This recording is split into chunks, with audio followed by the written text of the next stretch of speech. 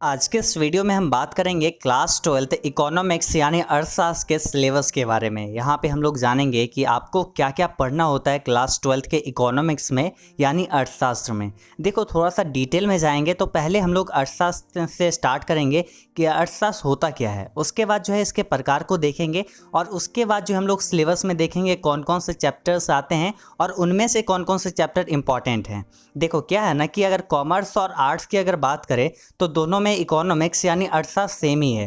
हालांकि चैप्टर के नाम में थोड़ा सा डिफरेंस है ज़रूर, लेकिन सभी में जो है कंटेंट जो है सेम ही है, क्वेश्चंस वगैरह सारा चीज़ जो है सेम ही है। सभी चीज़ यहाँ पे हम लोग मैच करके उसके बाद यहाँ पे सारा चीज़ आपको बताएंगे।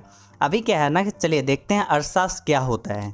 देखिए यहाँ पे क्या है, अर्थशास्त्र सामाजिक विज्ञान की वह शाखा है जिसके अंतर्गत वस्तुओं और सेवाओं के उत्पादन, वितरण, विनिमय और उपभोग का अध्ययन किया जाता है।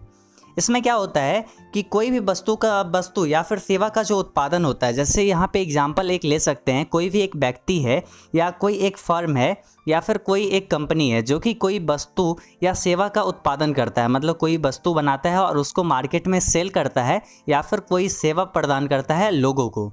तो उससे क्या होता है, एक जो है बोल सकते हैं वो कुछ उत्पादन कर रहा है और जब वो मार्केट में सेल करता है और जो उससे वो प्रॉफिट कमाता है, यही सब जो है हम लोग को अर्थशास्त्र में पढ़ना होता है। यही सारा चीज़ को देखेंगे यहाँ पे।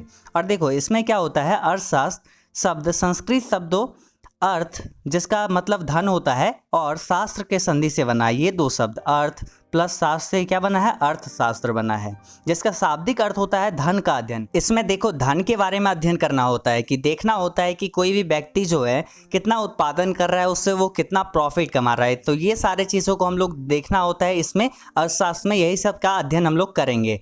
अभी क्या है ना कि आपके सिलेबस में दो बुक आते हैं, पहला है व्यष्टि अर्थशास्त्र और दूसरा है समष्टि अर्थशास्त्र। यानी व्यष्टि अर्थशास्त्र का मतलब होता है माइक्रो इकोनॉमिक्स और वही हम देखें समष्टि अर्थशास्त्र का तो इसका इंग्लिश होता है मैक्रो इकोनॉमिक्स।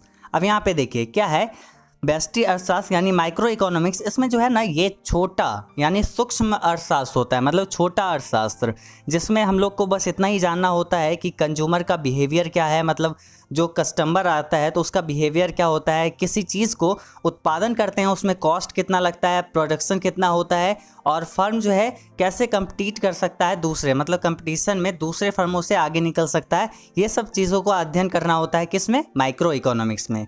वही हम देखें समष्टि अर्थशास्त्र में यानी माइक्रो इकोनॉमिक्स में क्या होता है, इसमें हम लोग को पढ़ना होता है पूरे अच्छे से ब्रॉड लेवल पर, मतलब व्यापक रूप से हम लोग को पढ़ना होता है। इसका मतलब ये होता है लार्ज स्केल पे पढ़ना।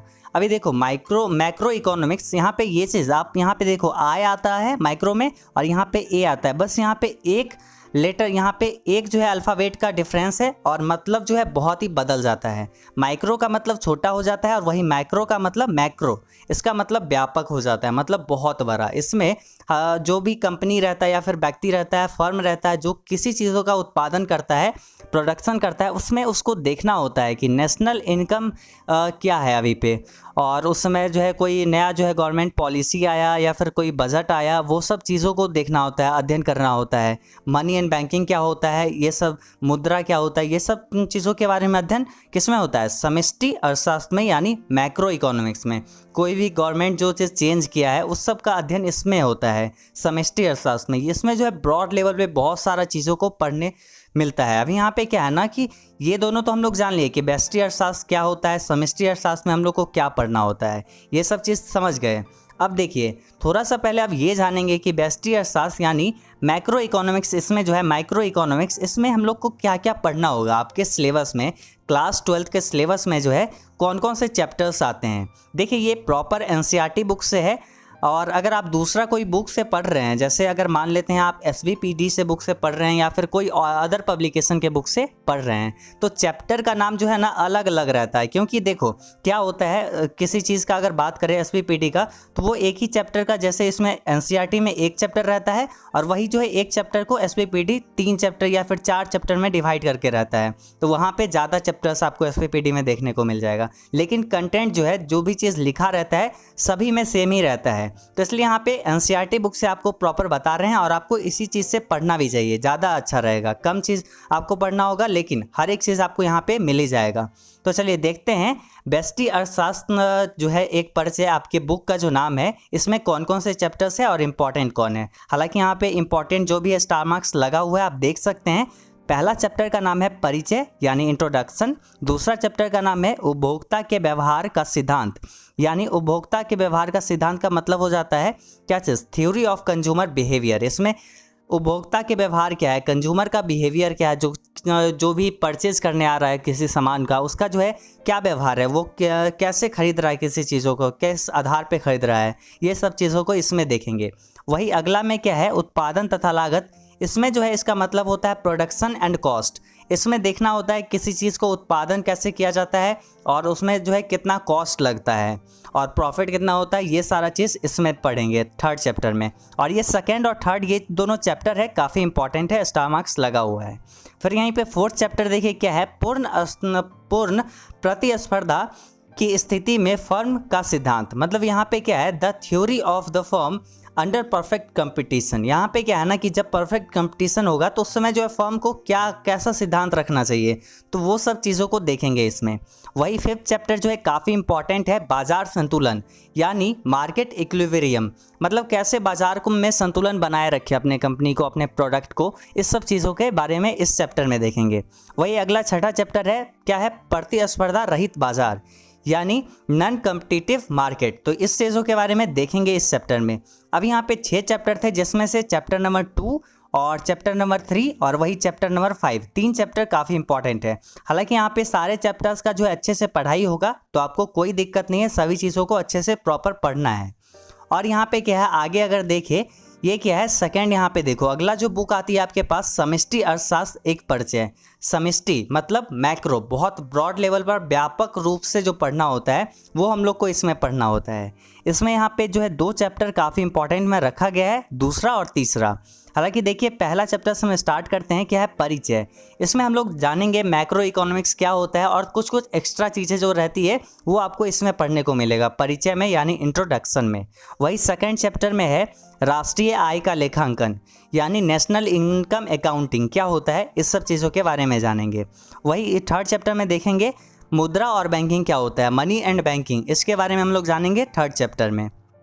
और फोर्थ चैप्टर है आय और रोजगार के निर्धारण। मतलब क्या हो जाता है, इनकम डिटर्मिनेंट्स यहाँ पे बोल सकते हैं इसको। तो उसका जो आय और रोजगार का निर्धारण कैसे किया जाता है उस सब चीज़ों के बारे में फोर्थ चैप्टर में जानने को मिलेगा। और फिफ्थ चैप्टर में है सरकारी बजट एवं अर्थशास्त्र, मतलब the government budget and the economic, ये इसके बारे में हम लोग जानेंगे फिफ्थ चैप्टर में। इसमें कोई भी सरकार जो है बजट लाया, कुछ चेंज किया, अर्थशास्त्र में कुछ जो अर्थव्यवस्था में कुछ परिवर्तन हुई, बाजार में कुछ परिवर्तन हुई, उस सब चीज़ों के बारे में जानने को इस में मिलता है फिफ्थ चैप्टर में। वही सिक्स चैप्टर में क्या है, 6 नंबर चैप्टर में खुली अर्थव्यवस्था। इसमें जो है ओपन इकोनॉमिक जिसको हम लोग बोल सकते हैं, ये हम लोग को इसमें जानने को मिलता है कि खुले मार्केट में हम लोग को कैसे रहना चाहिए, कैसे जो है किसी फर्म को, किसी व्यक्ति को उसमें काम करना चाहिए, वो सब चीज़ों के बारे में हम लोग को 6 चैप्टर में पढ़ना है। और यहाँ पे जो है आपका अगर बोले इकोनॉमिक्स का सिलेबस तो बस यही है। इसमें जो है 2 चैप्टर इंपॉर्टेंट है, चैप्टर नंबर 2 और चैप्टर नंबर 3, ये दोनों चैप्टर इंपॉर्टेंट है। और देखो आपको जो है प्रॉपर सभी सब्जेक्ट का जो है चैप्टर वाइज वीडियो तो एजुकेशन बाबा ऐप पे आपको प्रॉपर मिल ही जाएगा।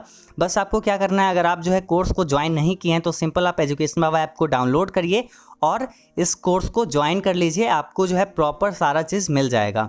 डिस्क्रिप्शन में लिंक दिया हुआ है, वहाँ से आप डाउनलोड कर सकते हैं। और जो लोग इस वीडियो को एजुकेशन बाबा ऐप पर देख रहे हैं तो बस आपको क्या करना है, आगे जो भी वीडियोस आती है उसको सही तरीके से प्रैक्टिस करना है, क्योंकि ये वीडियो जो है यूट्यूब पे भी आएगी और आपको जो कोर्स को ज्वाइन किए हुए हैं जो स्टूडेंट, वो भी आप लोग देख रहे होंगे इस चीज़ को। तो बस अगर YouTube पे देख रहे हैं तो चैनल को सब्सक्राइब कर लीजिए और साथ में कोर्स को जो है ज्वाइन कर लीजिए एजुकेशन बाबा ऐप को डाउनलोड करके वहाँ से।